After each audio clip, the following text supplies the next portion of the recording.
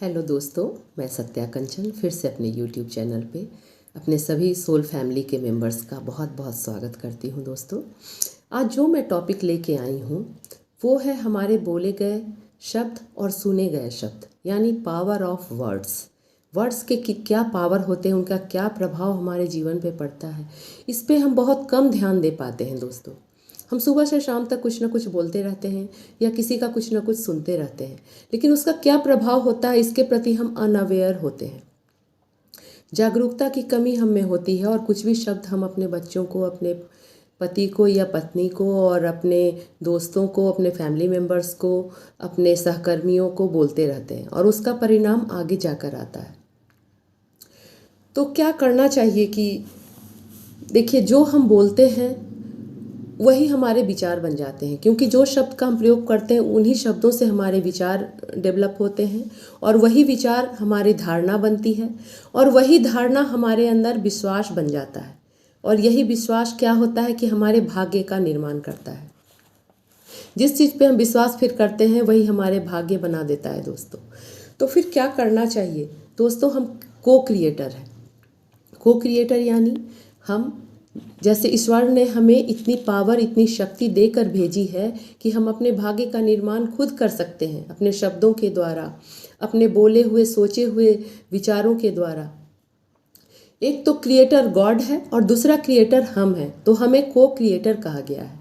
तो भगवान कोई और नहीं है जो हम दिन रात अगर भगवान का नाम भी जपते रहें, हमें ये दे दो, ये कर दो, वो कर दो। अगर हम खुद चाहें तो खुद वो चीज़ें अचीव कर सकते हैं, वो अपने जीवन में ला सकते हैं, अगर हम पॉजिटिव वर्ड्स का यूज़ करते हैं। तो इसके लिए, जैसे कि अगर एक माँ है जो एक छोटे बच्चे को बोलती है, एक कॉमन सा उदाहरण दे रही हूँ आप लोग को, कि वो बोलती है कि मेरा बच्चा पढ़ता नहीं है। अब माँ ने किसी को कहा घर में, उसने किसी और को कहा कि हाँ बच्चा पढ़ता नहीं है। उस रिश्तेदार ने किसी और रिश्तेदार को ये बोल दिया कि हाँ उनका बच्चा पढ़ता नहीं है। अब बच्चे के कान में दिन भर वो शब्द गूंज रहा है कि बच्चा पढ़ता नहीं है। बच्चा अगर पढ़ने भी बैठेगा तो वही शब्द उसके आड़े आ जाएंगे, उसका भाग्य कि वो पढ़ ही नहीं पाएगा बच्चा, क्योंकि उसके सबकॉन्शियस माइंड में यही बैठ गया है कि मैं पढ़ता नहीं हूँ, है ना। हमारे दो माइंड होते हैं, एक सब कॉन्शस और एक कॉन्शस। कॉन्शस माइंड से हम दिन भर का सब कार्य करते हैं और सब कॉन्शस माइंड है जो सीधा ब्रह्मांड से जुड़ा होता है, परमात्मा से जुड़ा होता है। अगर सब कॉन्शस माइंड में कोई चीज़ें बैठ जाती हैं जो दिन भर के कहे हुए, बोले हुए शब्द होते हैं, सुने हुए शब्द होते हैं, तो हमारे मन में ये बिल्कुल बैठ जाता है और वही हम अगर ना भी चाहें तो भी वही वही चीज़ें हमारे ऊपर दोहराने लगता है, वही वही चीज़ें हम करने लग जाते हैं। हम कभी कभी मजबूर हो जाते हैं वो करने के लिए। लेकिन यही शब्द जब पॉजिटिव होते हैं तो एक वंडर, एक आश्चर्यजनक परिणाम हमें प्राप्त होते हैं, बहुत ही सुखद आश्चर्य हमें होता है। जैसे कि थॉमस एल्वा एडिसन की कहानी आपने सुनी होगी कि वो बहुत बड़े साइंटिस्ट थे, बहुत बड़े इन्वेंटर थे, जिन्होंने बल्ब की खोज की थी, जो बिजली के बल्ब हम जलाते हैं। और भी बहुत चीज़ों की उन्होंने खोज की थी, उनमें हम नहीं अभी जा रहे हैं। हम जा रहे हैं उनके बचपन में, कि जब वो छोटे थे तो वो स्कूल में टीचर के अनुसार नहीं चलते थे और अपने आप में ही खोए रहते थे। तो उनके टीचर उनको बोलते थे कि होमवर्क करो, ये करो, तो वो नहीं कर पाते थे। तो उन्होंने एक दिन उन्हें स्कूल से निकाल दिया और एक कागज़ में कुछ लिख कर दिया कि जाओ अपनी माँ को दे देना। जब उन्होंने अपनी मदर को वो दिया तो उनकी माँ की आंखों में आंसू आ गए। तो उन्होंने अपनी माँ से पूछा कि माँ क्या हुआ, टीचर ने क्या लिख कर दिया है? तो उनकी माँ ने कहा कि बेटा, टीचर ने लिख कर दिया है कि तुम बहुत जीनियस हो और तुम्हारे पढ़ाने के काबिल वो टीचर्स नहीं हैं, वो टीचर्स तुम्हें पढ़ा नहीं पाएंगे, तो इसलिए अब तुम्हारी पढ़ाई घर पे ही होगी और मैं तुम्हें पढ़ाऊंगी। और उनके अंदर कूट कूट कर उनकी माँ ने भर दिया कि तुम बहुत काबिल हो, बहुत जीनियस हो, बहुत इंटेलिजेंट हो। और यही मंदबुद्धि बच्चा, जिसको टीचर ने मंदबुद्धि कह के निकाला था कि आपका बच्चा मंदबुद्धि है, वो अब आगे इसको स्कूल में मत भेजें, वो बच्चा आगे चलकर इतना फेमस इंसान बना। काफ़ी दिनों के बाद, काफ़ी वर्षों के बाद उन्हें वो कागज़ अलमीरा में रखा हुआ मिला जब वो अपने घर की सफाई कर रहे थे, और उसमें जब उन्होंने पढ़ा कि उस टीचर ने क्या लिखा था तो उनकी भी आंखों में आंसू आ गए। तो दोस्तों, जो भावना से कहे हुए शब्द होते हैं वो कितना असर करते हैं। एक मंदबुद्धि बच्चा जो था, जो नालायक बच्चा कहलाता था, वो इतना ज़्यादा लायक बन गया कि दुनिया उसको नतमस्तक करने को मजबूर हो गई। तो इन शब्दों के ये जो पर कुछ शब्द जो हैं जो हाई फ्रीक्वेंसी के होते हैं, जैसे हमारी अच्छाई वाले शब्द, अच्छे बोलने वाले शब्द, और कुछ लो फ्रीक्वेंसी के शब्द होते हैं, जैसे दुख वाले शब्द, गिल्ट वाले शब्द, ब्लेम करने वाले शब्द, यानी दूसरों को जो हम दोषारोपण करते हैं, तुम ऐसे हो, तुम ऐसे हो, तुमने ये किया, तुमने वो किया, है ना। क्रोध करने वाले शब्द, परेशानी वाले शब्द और नाराज़गी वाले शब्द। तो इन शब्दों से क्या होता है, जब हम ये किसी को भी बोलते हैं या अपने आप को भी बोलते हैं कि मैं ये नहीं कर पाऊंगी या तुम ये नहीं कर पाओगे, तो ये हमारी ऑरा को तो डैमेज करता ही है। जो हमारा आभा मंडल होता है, जैसे भगवान के चारों ओर एक आभा मंडल होता है दोस्तों, मैंने पहले भी कई वीडियो में बताया है कि हमारे चारों ओर जो आभा मंडल होता है वो डैमेज होने लगता है इन शब्दों से, इन बैड शब्दों से, खराब शब्दों से, क्योंकि इसकी ऊर्जा बहुत ही नकारात्मक होती है। केवल एक शब्द से ही हमारी ऑरा में छेद हो जाते हैं, वो डैमेज हो जाता है, हमारे चक्र धीरे धीरे बाधित होने लगता है। अगर हम बार बार उन्हीं खराबी वाले शब्दों का प्रयोग करते हैं तो हमारे शरीर के अंदर एक ब्लैक कलर के, ग्रे कलर के मकड़ी के जाले जैसे बन जाते हैं, मकड़ी के जाले जैसे बन जाते हैं। और यही शब्द जब हम बार बार प्रयोग करते हैं तो कई बार ये गांठें बन जाती हैं, जिसको कैंसर की गांठें कही जाती हैं या ट्यूमर कहा जाता है। तो ये हमारे शरीर में बहुत तरह की बीमारियां ले आता है, हमारे चक्रों पे ऊर्जा बाधित होने लगती है, क्योंकि हमारे चक्र ही ऊर्जा के द्वार हैं। और जब ऊर्जा हमें नहीं मिलती है चक्रों को, तो चक्र पे ब्लॉकेजेस आने लगती है।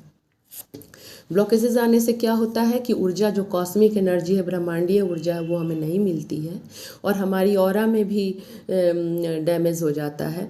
तो जो बाहर की बीमारियां हैं, जो बाहर की भावनाएं हैं, जो बाहर की खराबियां हैं, वो सब हम अट्रैक्ट कर लेते हैं और हमारे शरीर में तरह तरह की बीमारियां, डिप्रेशन और दुख वाली भावना, वो सब आने लगती है।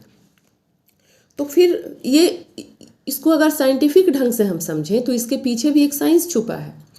कैसे कि जापान के जो एक बहुत बड़े साइंटिस्ट थे, मसारो इमोटो जो थे, उन्होंने वाटर पे अपना प्रयोग किया था कि जब पानी को, एक पानी से भरे हुए ग्लास को हम बोलते हैं आई लव यू, तो माइक्रोस्कोप से देखने पे उस पानी में बहुत ही खूबसूरत स्ट्रक्चर बन जाता है।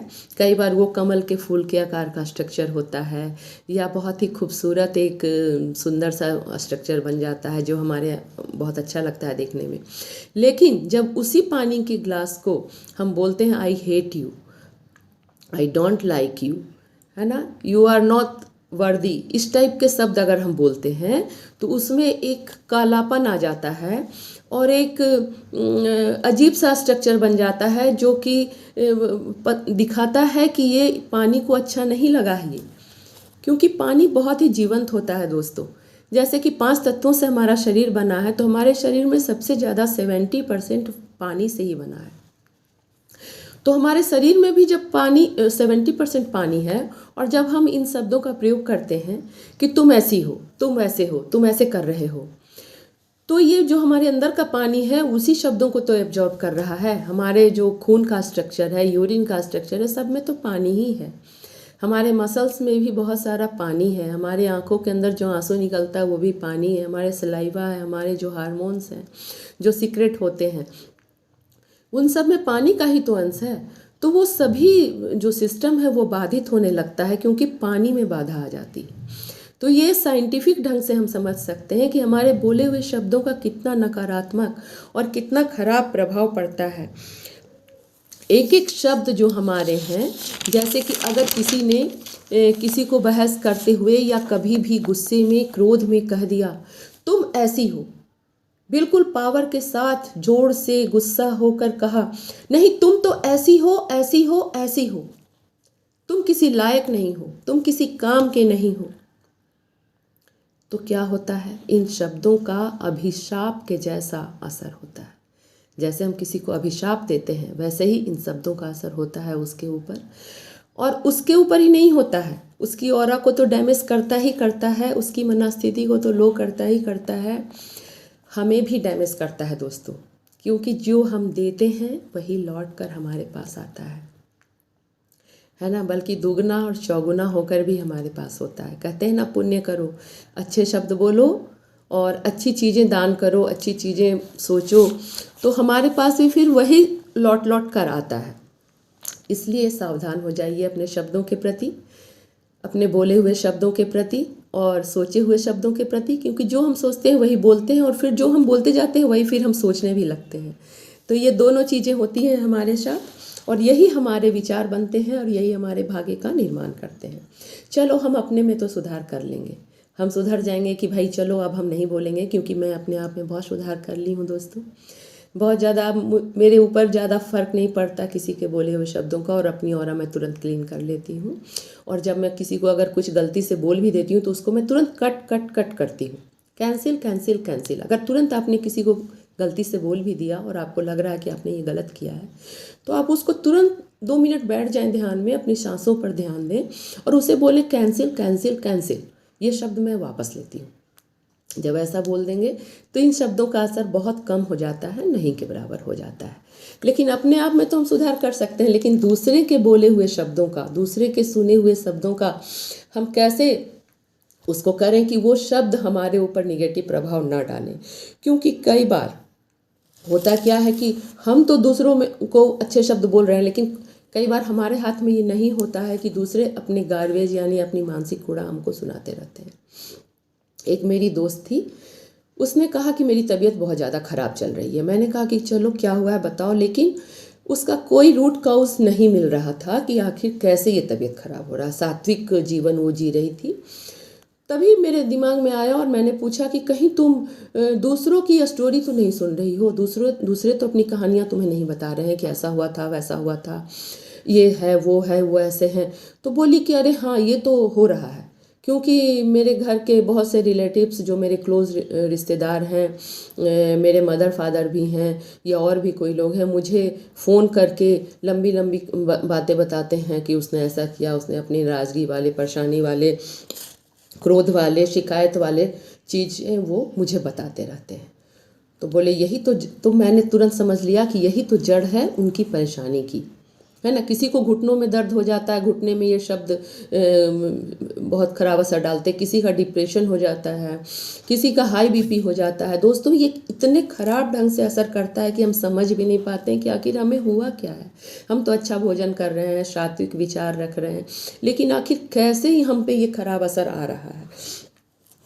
तो मैंने उस दोस्त को कहा कि स्टॉप करो, बिल्कुल ये सुनना बंद करो। क्या कोई व्यक्ति अपना कूड़ा तुम्हारे आंगन में डाल देता है तो तुम स्वीकार कर लेती हो? तो किसी का मानसिक मेंटल गार्बेज यानी मानसिक कूड़ा तुम क्यों सुन रही हो, क्यों स्वीकार कर रही हो उसको? एकदम बंद करो। और अगर सुनना भी पड़े, कभी कभी ये होता है कि हमारे कोई बहुत ही क्लोज़ हैं, इतने हरदिल अजीज़ दोस्त हैं या रिश्तेदार हैं और वो बुज़ुर्ग हैं, तो उनको हम मना नहीं कर पाते हैं बोलने से।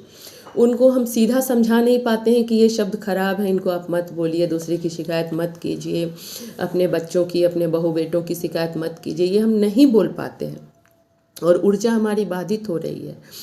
तो मैं एक रेकी हीलर भी हूँ दोस्तों, ऐसे कई केस मैंने देखे हैं।